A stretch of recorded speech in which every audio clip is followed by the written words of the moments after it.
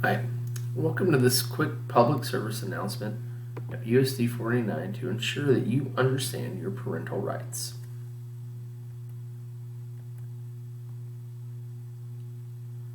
Parents have the final say in their child's education. We are here to provide assistance in any way that we can. Every student matters at USD 49, and we would like to use a team approach to provide the best possible education for your student. In accordance with the Every Student Succeeds Act and the Individuals with Disabilities Education Act, USD 49 is committed to provide every student with the best opportunity to grow and succeed in our schools. Procedural safeguards are in place to ensure that you are informed and part of your student's individualized education program. What you, as the parent, can expect. Number 1, parents will receive a written notice upon identification, evaluation, placement, and provisions. Number 2, parents must provide written consent for each proposed special education action. And number 3, full participation in the Iep process by the parent. Parental consent requirements must accompany the written prior notice. Parents must be fully informed, whether that's a native language or any other form that they need to be fully understanding of the consent that they are signing. Signed by at least one legal guardian, an electronic signature is accepted. It is voluntary and it can be revoked by the parent at any time. Revoked consents must be in writing. Schools must make reasonable attempts to gain consent by at least 2 different methods.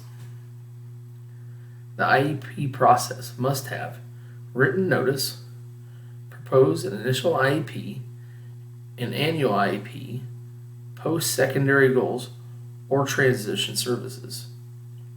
Agreed upon date, time, and location, and proposal and positional title attendees.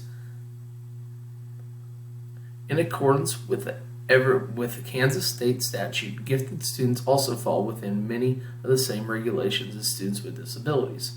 They, however, are not granted the following: disciplinary protections, eligibilities under the age of 5, least restrictive environments, and extended school year services. Right here is a chart provided by the state of Kansas that covers requirements for parental notice and consent. As you can see as we go through, to initiate an evaluation, refuse to initiate initial evaluation or reevaluation, initial ineligibility determinations, initial provision of IEP services, reevaluation of a student, substantial change in placement more than 25% of the student's day, change in placement that is 25% or less of the student's day, material changes in services, including accommodations listed on the IEP, change in instructional methodology specified in the IEP, change in service that is less than 25% of the service being changed, add a new service or delete one completely, evaluation, reevaluation, or initial services for children apparently placed in private schools, notification of an IEP meeting, invite an outside agency to the IEP for the secondary transition, use of medication, use of private insurance, and discontinuation of special education services.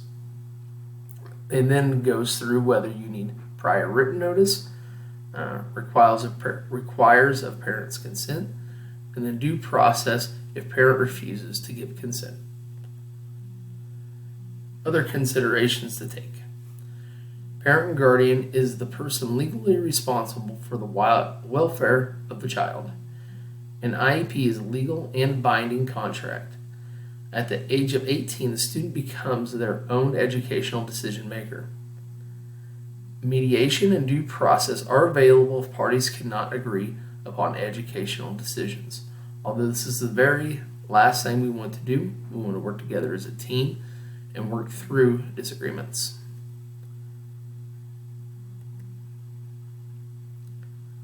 Let's work together and help our students achieve success. For more information on parental rights, visit ksd.org.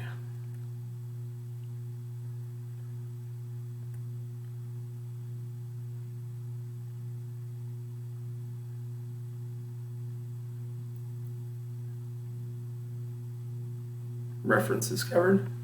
Thank you. Have a good day.